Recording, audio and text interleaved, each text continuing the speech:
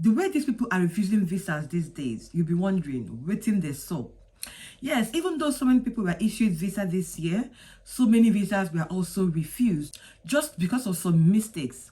So you guys, in this video, I'm going to be telling you the common visa mistakes to avoid when applying for your UK visas. So you guys, let's watch until the end of this video.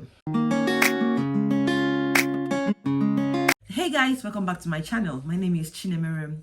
If you are stopping by for the first time, hello, you are most welcome. Please do what, like this video, share and subscribe to my channel.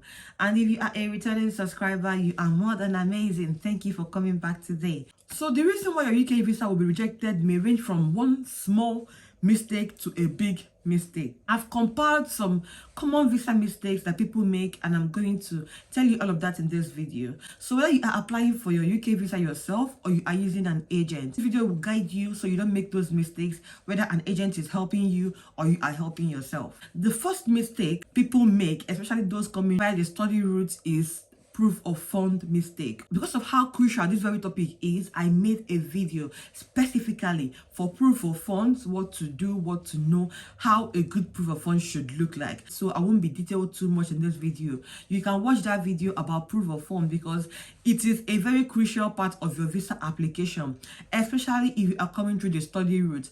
Even if you're coming through the work route as well, you need proof of fund. So you may want to watch my proof of fund video, as it will give you ideas on, what to avoid when submitting your proof of fund. One of the biggest mistakes to make when applying for your visa is submitting a wrong proof of fund. Still in the line of proof of fund, your visa may also be rejected based on maybe you have insufficient funds in your account or you have too much money in your account.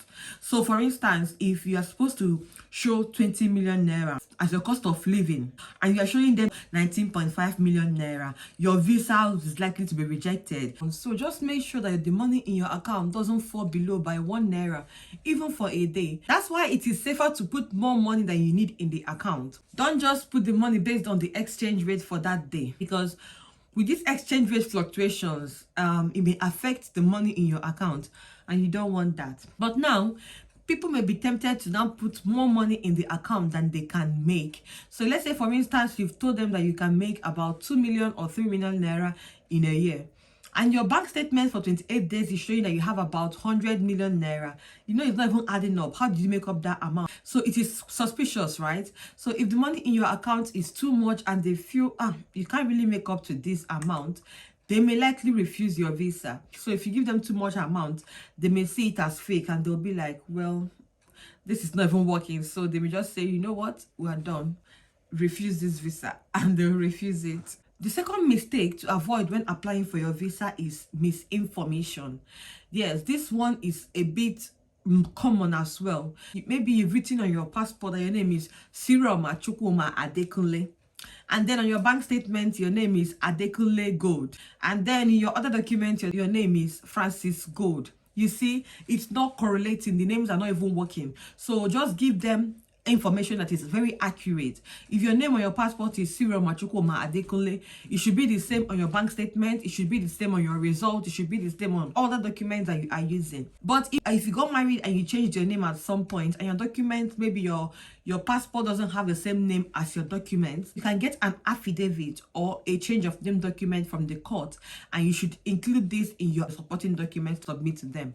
That will tell them that this person is still this person, just that at some point this person changed his or her name. Also, if you are stating on your application form that you are making 100 million naira a month or 20 million naira or 5 million naira a month, also give them proof that you are earning this amount. Not like when you're telling them you're earning about 100 million naira a month, you're giving them proof of 1 million naira a month. It's not working. Proof. So whatever you've declared on your application form, make sure you're giving them the proof that is exact to what you declared. Another misinformation may be like you've told them that you're not applying with your dependents and all, and then at some point during your application you're submitting form for dependents. It's not working. I know it is different if you're going alone and your dependents are not coming with you.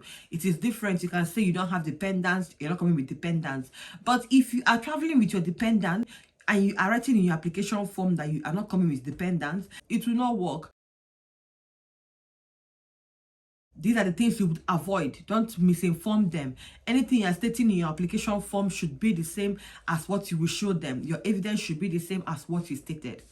Another mistake to avoid is if you are being sponsored, make sure you're getting your sponsor's approval letter, whatever they're sponsoring you with, maybe the place where they wrote your contract with them, your sponsorship contract, or whatever you and your sponsor agreed to, use. Make sure you're giving them these documents. Don't just go and say, I am being sponsored. You're being sponsored, okay. Where is the proof you're being sponsored? You'll not be like, I don't have it. So if you're being sponsored by an official government body, you should get an official document. And if you're being sponsored by your parents or your spouse, you should get your proof of fund, but you should also get a written note from them stating that they are happy for you to use their bank statement as your proof of fund. Another mistake to avoid is applying too early or too late for your visa. So some people may go and apply too early for their visas. For instance, student visa, you have a certain amount of time before you can travel. So if you apply too early for the visa, they may be like, well, we cannot issue this visa now, so come back later. They may refuse it then and then ask you to come back later. What that means is that you're losing money, time wasted and all. So yes, try not to apply too early for your visa. But then again, try not to apply too late, because if you apply too late and if during their processing they feel, oh, you're not being too late for what you're coming for, they may not approve the visa. They may be like, oh, we don't think you can make it to this event or to this appointment or to this program or whatever, and they would refuse that visa on that ground. So try not to apply too early and try not to apply too late. Another mistake to avoid is not checking your country's checklist. Every country have their own checklist. Although some countries may have similar ones, but be careful and ensure that you are checking the list for your country. That means if your country needs to submit this document or that document that is country specific, make sure you are submitting the one for your country. Not like you are a Nigerian and you are submitting documents for Ghanaians and you're applying from Nigeria. When they get there, they'll be like, who is this person? Is he Nigerian or is he Ghanaian? We're confused.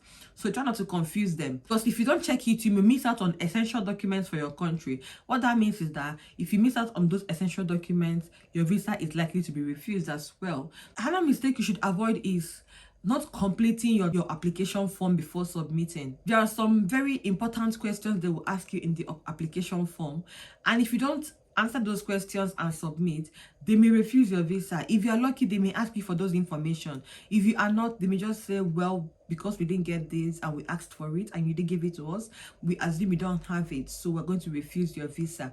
So try not to ignore important questions. In fact, try not to ignore any question at all. Once they're asking, be answering and not submitting all your documents. So if you've declared that you're submitting 20 documents, try and submit those 20 documents when you should. Another mistake you should avoid is submitting non-readable form.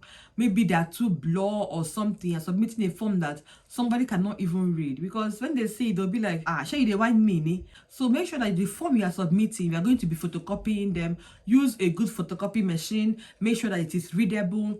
Make sure that the ink is very black, and also just make sure you are submitting documents that someone can read without even stressing him or herself. Also, don't forget to declare any criminal history if you have anyone. They would normally ask you this, criminal conviction. Make sure you are declaring anyone that you have, whether spent or unspent. It will help with the application. If you don't, they will refuse the visa, and they may even place 10 years ban on you if you don't declare. So try and declare your criminal convictions if you have any. Another mistake you should avoid is not being clear about your visa category.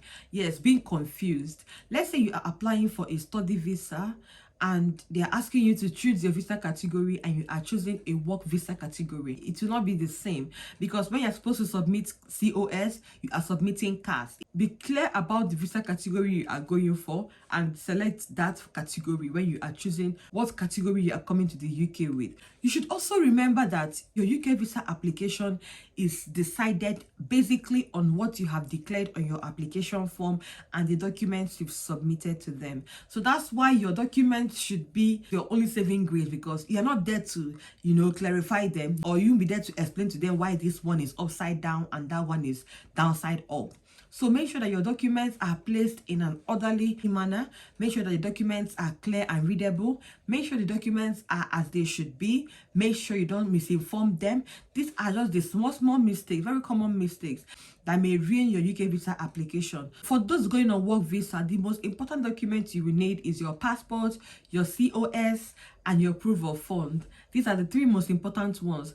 Not like these are the only documents you would need. You also need your proof of English, maybe IELTS, NARIC, or whatever you've used to get the job. Then any other document at all that will support your application, tuberculosis test and all, are also very, very important. And then for those coming on study visa, the most important document you should submit is your CAS, your proof of fund, your passport, your tuberculosis test. Then other documents you feel will support your application, you can also add that at this point.